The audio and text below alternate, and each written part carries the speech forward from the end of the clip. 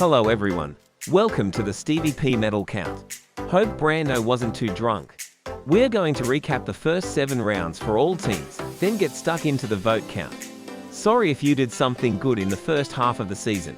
Basically we can't remember and don't care. How's the night been so far? Has the president banged on too long again? Are you half asleep from watching a 30-minute PowerPoint presentation? Well, snap out of it. Okay, here we go. Newly anointed Life member Ben Taylor once again led his Chargers in the first 11, and for the season opener, son of a gun Ned Mooney made his ones debut with his dad. They ventured out to Templeton and sent an under par 133, which was easily passed in the 27th over. Someone's getting cheap votes here. Round 2 saw them face an old adversary at the WCG, and after rolling one turner south for just 127, spirits were high, but as was to be a trend for the ones, their hopes were foolish as they were all out for a dismal 6-6.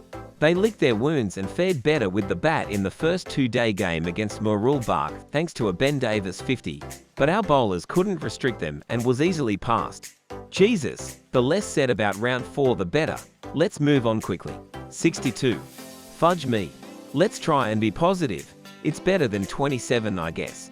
A change was needed, and round 5 saw the injection of young guns Habers and Hefo. On a perfect November day, we posted a decent 170 from our 40 overs. Then we had the eventual ladder leaders St Andrews on the ropes at 7 for 113, but a fat bloke slapped us around and passed us with 7 balls remaining.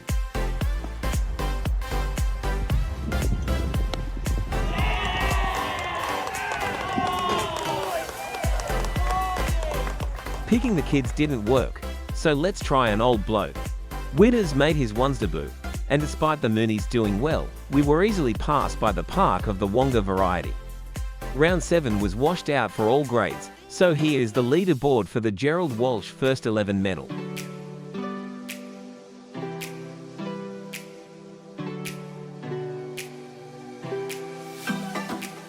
Not content with ruling the second 11 with an iron fist, Rabs overturned Royce in a presidential coup, and the Warren reign of terror took hold again at the WCG. He led his Chargers again in round 1 on crappy WCG surface. Cohen Croft hit the pitch 4 times, and even the new Prez rigged a wicket.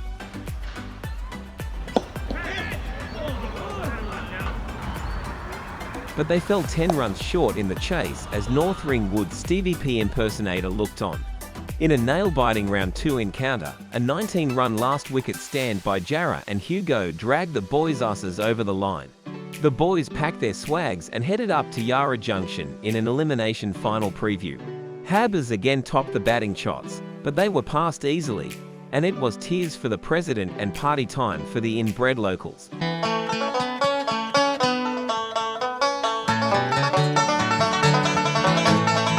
With 1 win in 3 games, pressure was mounting on Rab's captaincy, presidency and sex life. Using his powerful influence, he blew up Marslin College so Isaac could play, and it worked a treat. But the star of the show was no doubt Hefo, who went through ranges faster than an Indian affair curry. A magnificent 7 wickets on the Hello Turf rolled ranges for just 148.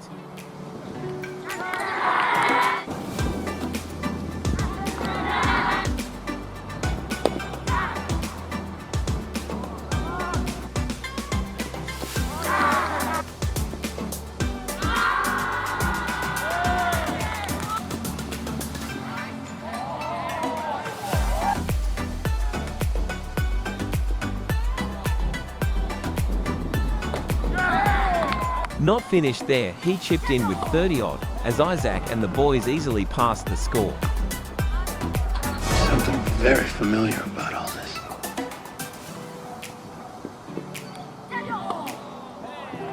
High on life after a big win and an empty ball sack, Rabs took his team to Kilsyth in round 5. Wickets were shared around as Kilsyth amassed 155 from their allotted overs.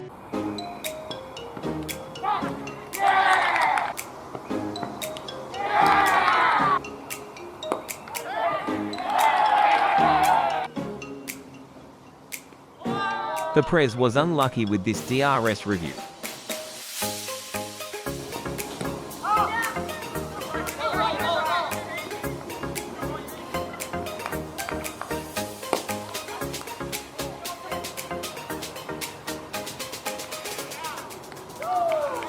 Then Double H masterfully steered the boys over the line.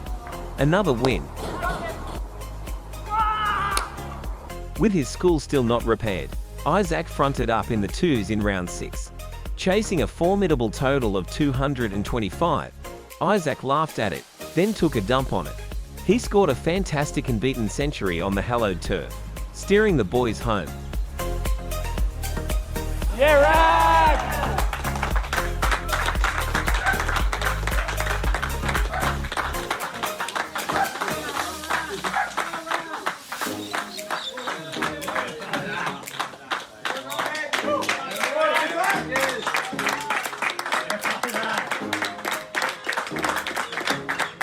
Here is the leaderboard for the Brett Klein Second 11 medal.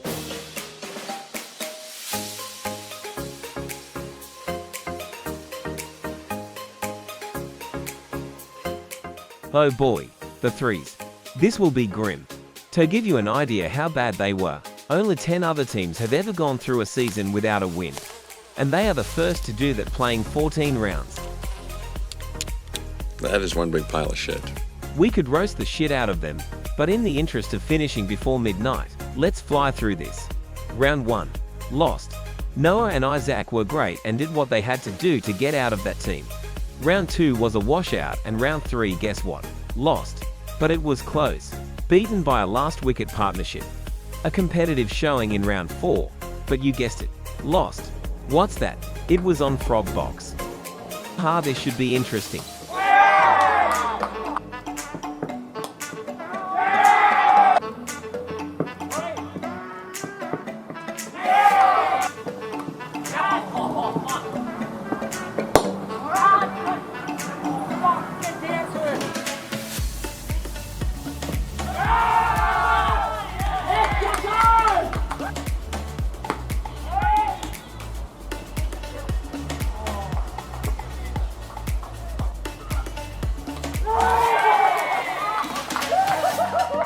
Settle down, boys, your first 11 beat a third 11. More heartache in round 5 as they lost another game by 1 wicket. The Hodgson of the Tate variety and Ross were the standouts here.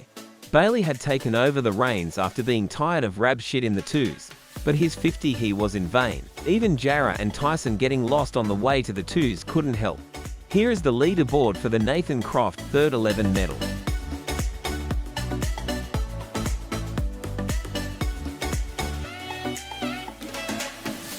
Now this is where the voting gets weird. The lower grade played all one-day games, so some rounds they will have 2 games per round. With washout and not playing much in January, it works out even, so we won't be adjusting the 3-2-1 votes. Club Clowns Drew and Rowan stepped up a grade and led the fours to destruction. This is everyone on the fence in the 6th over.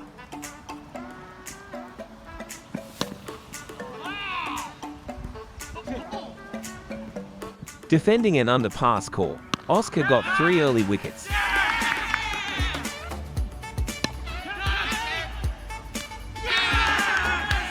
Henry was getting no love from the umpire.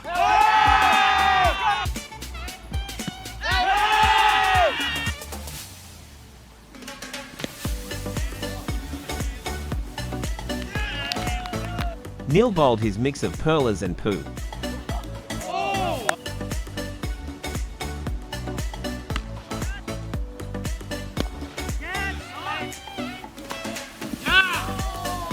Gotta be a catch, isn't it?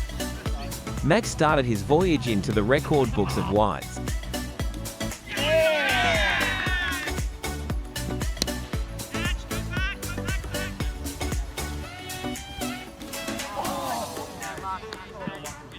Rowan was electric behind the stumps.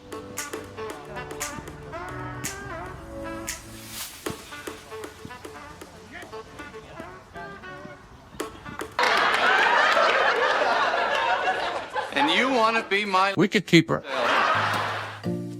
In an even team performance, Thomas was the star as the fours entered the winners column in round 2. But they picked up the L again the following week, despite a couple of 40s from the head honchos. Ross and Georgia played their first game together, and Ema bamboozled some old men. But the team fell well short of North Ringwood's target. Jimmy had a good all-round game, but the rest were ordinary. Nurul Bark made a daunting 225, and the only wicket taken was a run out. With the season threatening to derail, a hero was needed. A great innings by Toby Potter.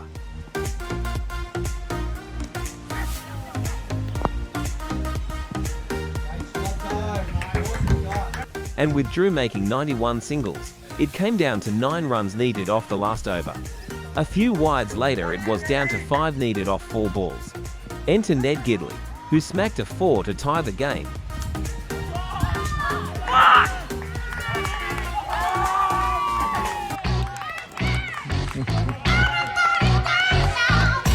Then hit a single for the victory.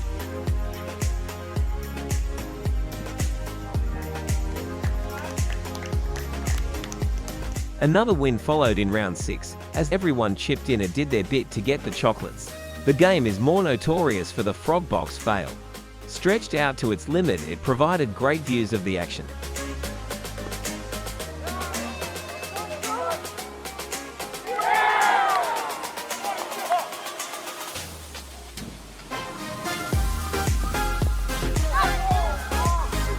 Drew was more concerned with how he was looking than the game.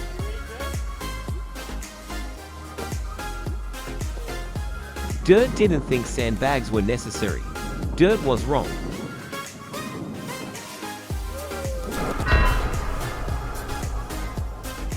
The boys and girl had a comfortable win over Wonga Park.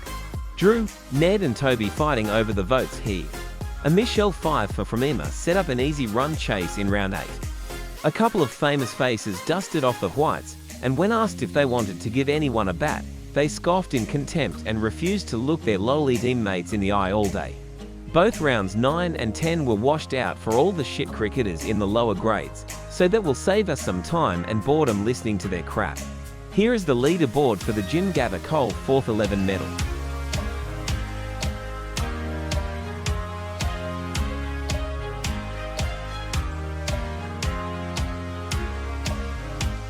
Yeah, the 5th 11. You know what that means. Dicko and the crew visited our close friends at Yarra Junction and didn't care if they won or lost, they just wanted out of there ASAP. Back in civilization, they had a tense win over Lilydale. Not a lot to see here. Cheap votes for Jimmy. A huge win in round 3. Dave and Ben acting selfish and not giving anyone else a go. Here they are basking in their own semen. I mean glory. Reigning P medalist, Mark Butcher finally surgically removed his red jacket and donned the whites and led the team to the promised land. All old blokes doing stuff here, proving what we all think. Kids are useless. Crazy Craig Haslam. Look at him here, more old blokes doing stuff. Any danger, kids? For no reason. Here's Greg getting out.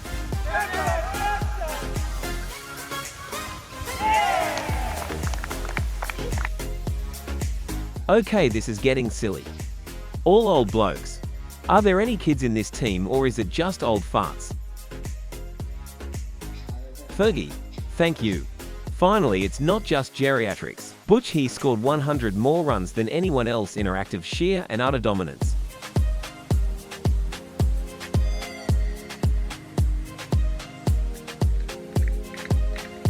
Well done, Butcher.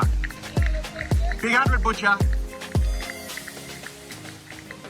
A slip-up here in round 8, as the self-proclaimed studs of cricket suffered a defeat and ran off into the trees to lick their balls. I mean wounds. Here is the leaderboard for the Rob Legear 5th 11 medal.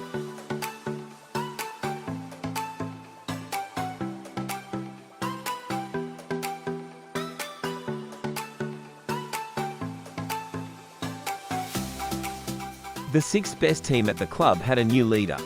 Prangers took on the unenviable task of dealing with a mix of kids, old blokes, and players that refused to field. A boggy Thunderdome washed out the first 2 games, so they kicked off the season falling just short of Seville's target. Ned wins the Best Gidley award this week. The little ground was damp but playable, as our bunch of has-beens and never-will-be's took on Nurul Bark, who would turn out to be our bitches, providing us with most of our wins. Bucky Rogers returned after a 24-year sabbatical and was itching to get out there and bat in his 100th game. Either that or his crabs came back.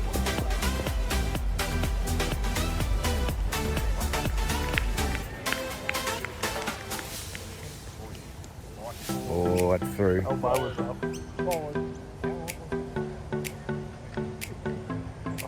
He didn't have to wait long, as Greg went crash, bang, out.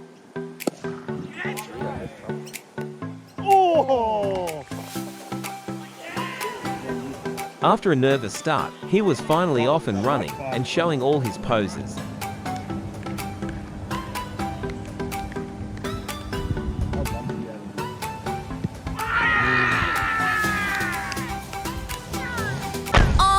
This my shit. All the girls stop to be like this.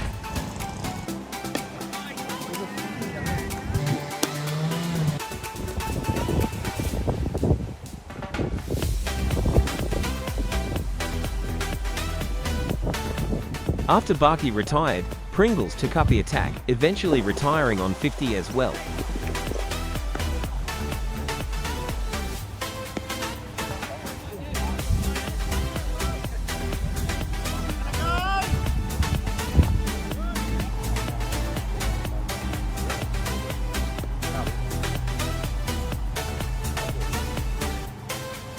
At the end we needed about 10 and over, until Rumi cut loose scoring a quick 20-odd, leaving Fraser to hit the winning runs with a few balls to spare, and Johnny was up and about and frightening all the kids.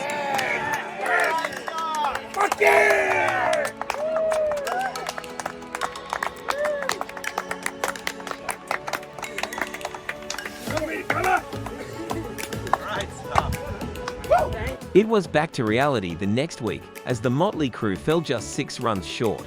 The old did the biz, while Max won best Gidley.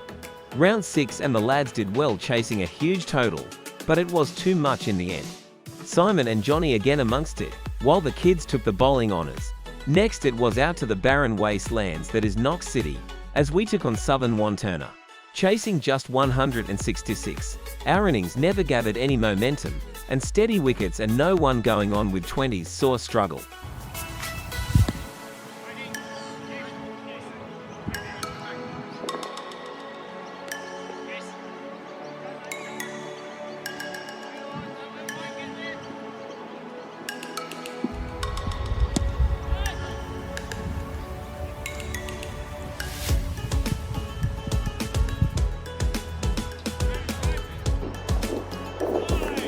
In the end it was left to one person to win the game, Mad Max Gidley.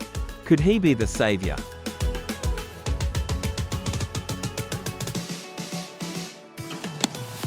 No. Johnny ran himself out.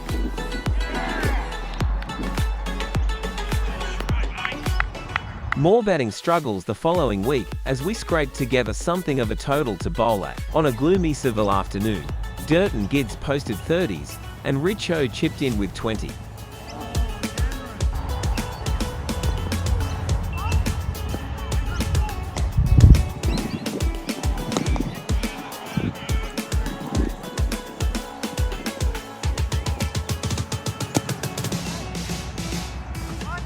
Gids with a contender of sad dismissal of the season.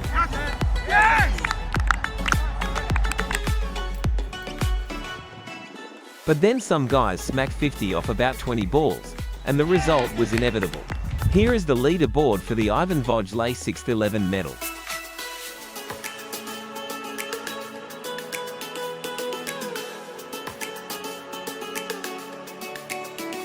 The 7s. Righto, nearly there. Trav Jackson once again led the riffraff known as the 7th 11, and after a washout round 1, they set about causing carnage in round 2. All the usual suspects here, and they were all at it again round 3, but this time they were forced to suck a fat one, falling short against some team. Crikey, what happened here? You know, when Ratty makes the highlights it means the team has shit the bed big time. Geez, let's move on quick before he returns from the crappers. Well bowled, Archie. This is more like it. Back to their rampaging ways in round 5. Clossy, Steve E.G., Trav and Rob, they're all here. Another hiccup in round 6, and the team was starting to lose faith in their skipper and doubt his questionable tactics. Some players said they weren't feeling well since Thursday night, which caused the club to review who cooks the meals for the players. Here's a couple of things to look at. You know the ground is small when the cameraman looks like he's at mid-off. Another week, another team from Croydon, another pounding with no foreplay. Look at all these old bastards doing stuff. Well done, lads. The highlight, of course, was Billy Stubbs claiming a hat-trick. Unfortunately, there's no footage, but Trav celebrated by shouting free pizzas for the whole club. Where were we? That's right, old blokes' names on the screen. Check out these ones. Now off to bed, lads, it's been a long day. Here is the leaderboard for the Andrew Thomas 7th 11 medal.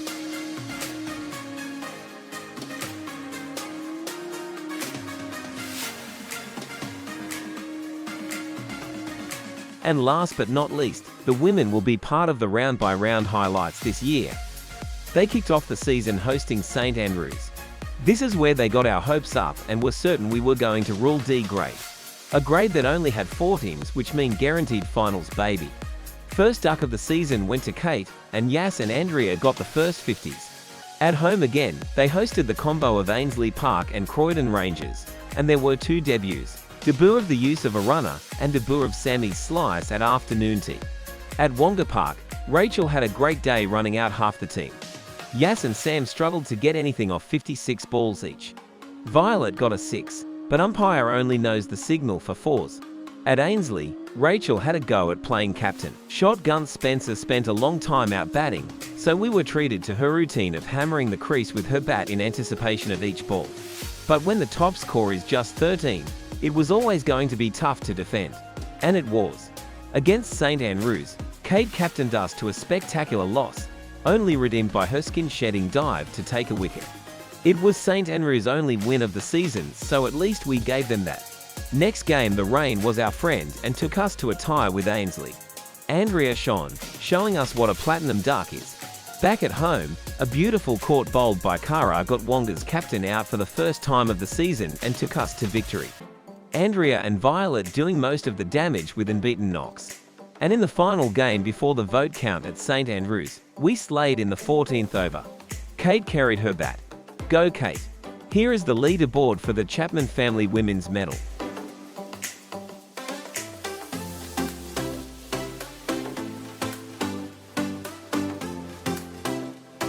And here is the leaderboard for the Steve Pascoe medal.